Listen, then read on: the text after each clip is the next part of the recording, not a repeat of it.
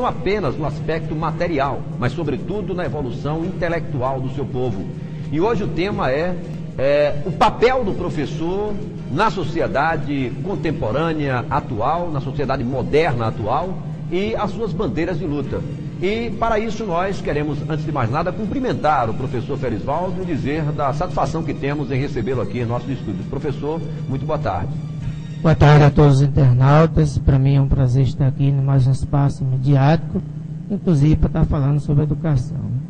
Professor Felisvaldo Santos, nós temos aqui algumas coisas, alguns fatos que nos instigam a provocá-lo enquanto diretor sindical, enquanto professor, enquanto profissional da área da educação.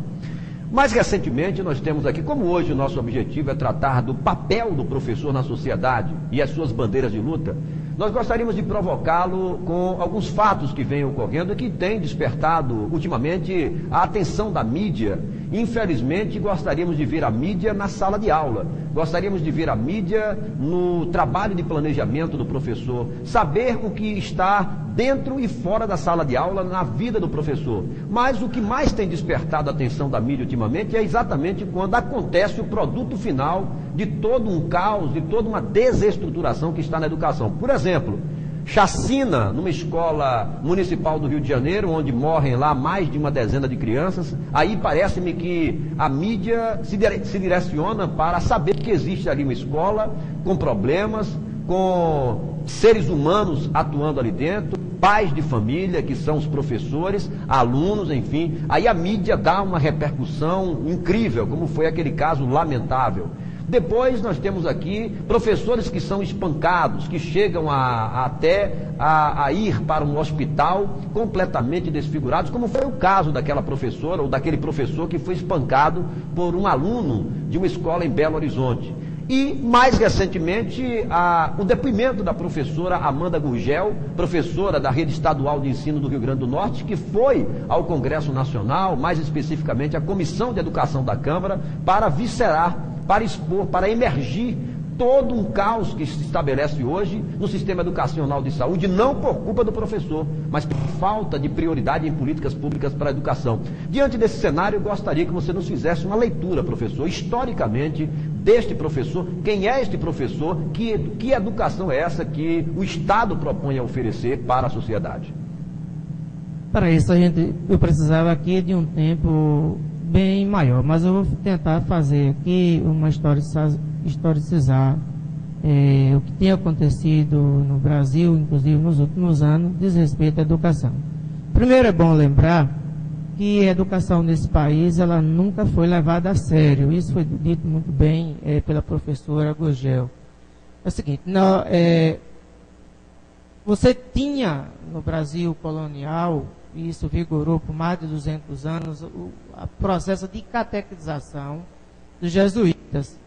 Era justamente ensinar os princípios de moralidade com base no cristianismo, a igreja ali procurando ocupar espaço que tinha perdido com a reforma protestante, e esse ensino, que era mais uma catequização dos índios e de segmento da elite, dos filhos do senhor de engenho, ele atendia em torno de 5%. Isso vigorou até a lei pombalina, quando o Pombal expulsou o jesuíta aqui do Brasil, porque o jesuíta tinha muito gado, estava se tornando perigoso, e aí dentro de uma política mais de Portugal, houve a expulsão. E aí você tem as aulas régias, que de certa forma também não atendia. Então eu vou avançar e resumir dizendo o seguinte, que de certa forma as elites brasileiras, e o brasileiro, de um modo geral, ele nunca valorizou o saber. E a nossa história é uma história de uma população rural, arcaica, atrasada, não industrializada, não tem essa visão moderna que nós temos hoje, e que o saber em si, ele nunca foi valorizado. Você tinha o letramento, esse professor com formação acadêmica, demorou a existir. Na realidade, as primeiras universidades com formação voltada para o professor, eles só vêm acontecer quase que na metade do século XX. Então, nós temos aí uma defasagem histórica, e que para isso foi necessária a se formar uma luta, criar uma consciência. Como o próprio povo brasileiro não tinha essa consciência por ser rural, por ser analfabeto, você tinha aí o resquício de 300 anos do sistema escravista. Então isso cria a cultura de não se valorizar o saber. E aí eu vou dar um recorte e vou tomar aqui a minha fala a partir da década de 90. A década de 90 ela é importante. Primeiro ocorre a primeira declaração. É uma declaração patrocinada pela Unesco, ocorreu na Tailândia, em defesa da educação pública de qualidade e da valorização do professor. Essa primeira declaração, ela deixou frutos, que em 1993 no Brasil, se firmou um pacto pela valorização do professor e da escola pública. A Constituição de 88, chamada Constituição Cidadã, no seu artigo 206, inciso 5º, ele vai falar também da valorização do professor.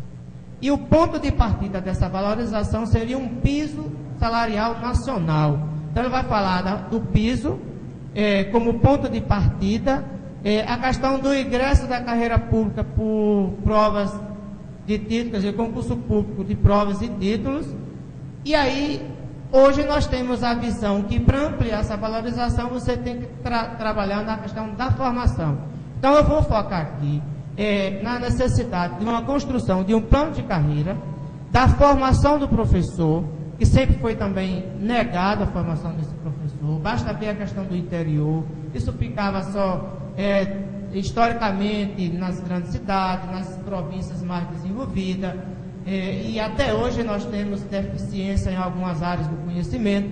Então passa pela questão da valorização do professor, tomando como ponto de partida o piso.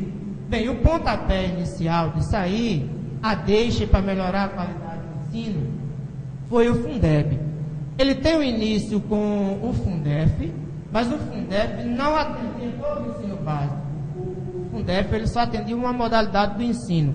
Ele não atendia a pré-escola, então daí a problemática da criança não se alfabetizar logo nos primeiros anos. Daí a criança não ter acesso à creche, essa dívida que nós temos com as crianças brasileiras, onde só 18% são atendidas pelo serviço de creche. Então ele só visava o chamado ensino fundamental, de primeira a 8ª série. Com a criação do Fundeb, você vai pensar todo o ensino básico, melhor dizendo. Então, hoje a escola é pensada da pré-escola ao ensino básico, que é a conclusão do ensino médio, que no mínimo hoje o brasileiro, ele deveria ter a conclusão de um bom ensino médio. Nós não conseguimos, onde 50% dos alunos não conseguem completar os seus estudos no ensino médio. Quer dizer, enquanto os países desenvolvidos já conseguiram universalizar o ensino médio, nós ainda estamos tentando, numa luta, num esforço muito grande, tem que haver a participação da sociedade para a educação de qualidade e a conclusão, no mínimo, do ensino médio. Então, daí nós temos essa questão dessa lacuna, porque sempre passou por dois gargalhos: o financiamento da educação e a formação do professor. Nós estamos entrevistando no programa Cidadão do Povo de hoje o professor Felisvaldo Santos. Ele é diretor sindical da APLB, delegacia da região zonal de Jacobina, e falando sobre o papel do professor na sociedade e suas bandeiras de luta no programa Cidadão do Povo desta quarta-feira. Bom, tecnicamente nós vimos aí que nós demos um salto enorme, o ensino, a educação, o planejamento, os projetos pedagógicos, enfim, os eixos temáticos, mudou-se bastante. É tanto que chamamos hoje de os novos paradigmas da educação. Mas em relação à valorização profissional, a valorização que analisa o crescimento dos conteúdos, da tecnicidade, da qualidade da educação nos seus projetos, nesse salto fenomenal. A valorização do professor, ela me parece que não acompanha, não contempla também essas mudanças tão profundas que existiram na questão técnica da educação, não é isso, professor? Isso, é porque a valorização, na realidade, ela não se dá por decreto, ela tem que ser uma construção. Apesar da Constituição deixar claro que 25% dos estados e dos municípios têm que ser investido em educação dos seus recursos, e a União 18%, isso ainda não acontece de fato. você tem um direito, mas que na prática, na materialização, há uma dificuldade de se concretizar. Bem, de certa forma, o fundo, ele é um ponto de partida. Só que ele precisa haver um enfrentamento. Porque como a política pública, ela nunca foi no sentido de atender as demandas do magistério, com valorização, com mais alunos, com qualidade, pensando na qualidade do ensino, porque é bom lembrar que para as elites brasileiras, infelizmente, eles têm essa visão e essa cultura, que investir na educação não tem retorno eleitoral, porque educação é você investir na criança é investir a longo prazo, isso leva décadas, é o retorno social, o retorno ele é um pouco demorado, porque passa por transformações, inclusive transformações de mentalidade, quebra de paradigmas quando você coloca. E o político, ele é imediatista, ele vive ali, infelizmente, daquela visão do umbigo, ali do imediatismo, de que ele, nos 4 anos agora da direita à reeleição, ou ele coloca o seu substituto, e ele não pensa na política, muitas vezes, de financiamento a longo prazo, de investimento. Mas a política do Plano Nacional, a política do governo Lula, todos os reclames que a gente tem, mas graças ao enfrentamento, principalmente da CNTE, porque também, a partir de 90, se dá a unificação da luta. A CNTE é a nossa confederação